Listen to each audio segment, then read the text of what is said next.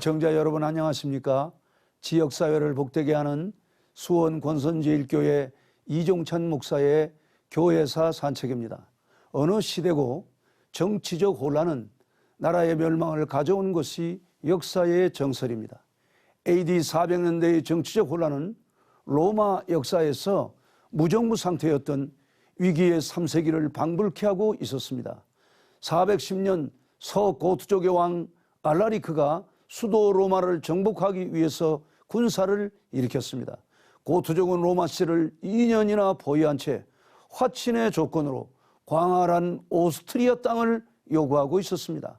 당시 로마의 황제 호노리우스는 이탈리아 중동부 라벤나에 머무르고 있었습니다.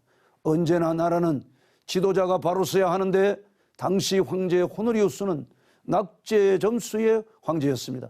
그는 스틸리코 장군을 협상 대표로 보냈다가 그를 반역 혐의로 처형했고 고트족에게는 오스트리아 땅을 양도하겠다는 이런 약속을 반복하는 표리부동한 인물이었습니다.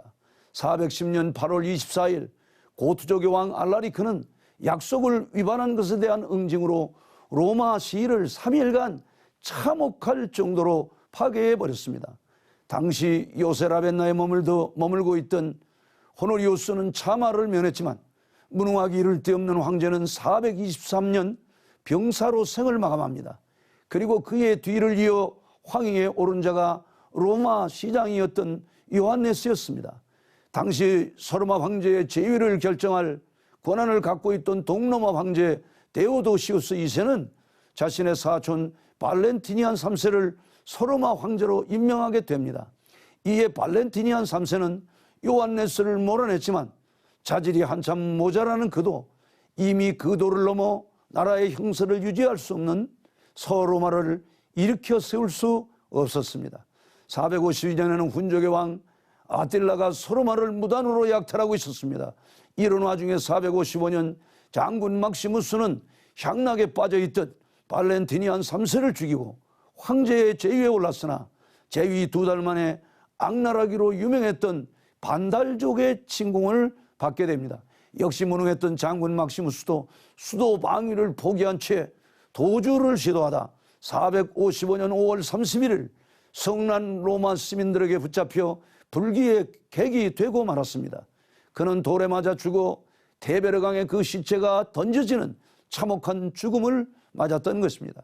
마치 그가 죽였던 발렌티니안 3세의 모습과 같은 비극을 당했던 것입니다.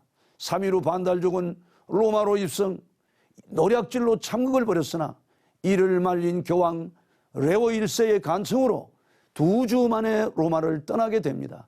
이런 와중에 호울뿐인 서로마 제위에 오른 자가 아비투스였는데 그것도 야만족인 고트족의 지원을 받고 황위에 오른 것이었으니 당시의 상황을 짐작하고도 남음이 있습니다.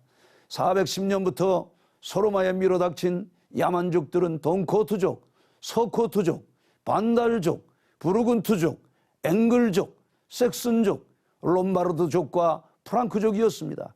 역사는 이 8개의 야만족을 게르만족이라고 불렀습니다.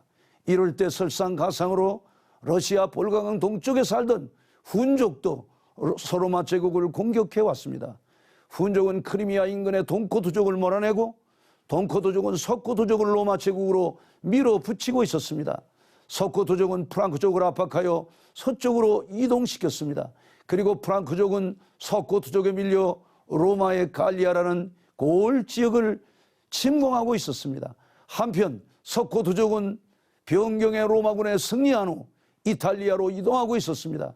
결과적인 이야기입니다만 훈족의 로마 침공은 여러 개의 야만족인 게르만의 서로 유럽 이주를 촉진시켰던 것이었습니다.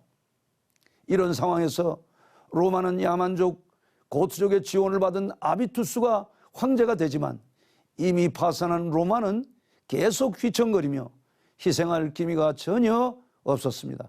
황제 아비투스는 장군 마조리안에 의해 퇴진 주교가 되고 당시 권력자 라케모르는 마조리안을 황제로 앉힌 채 15년을 농락합니다.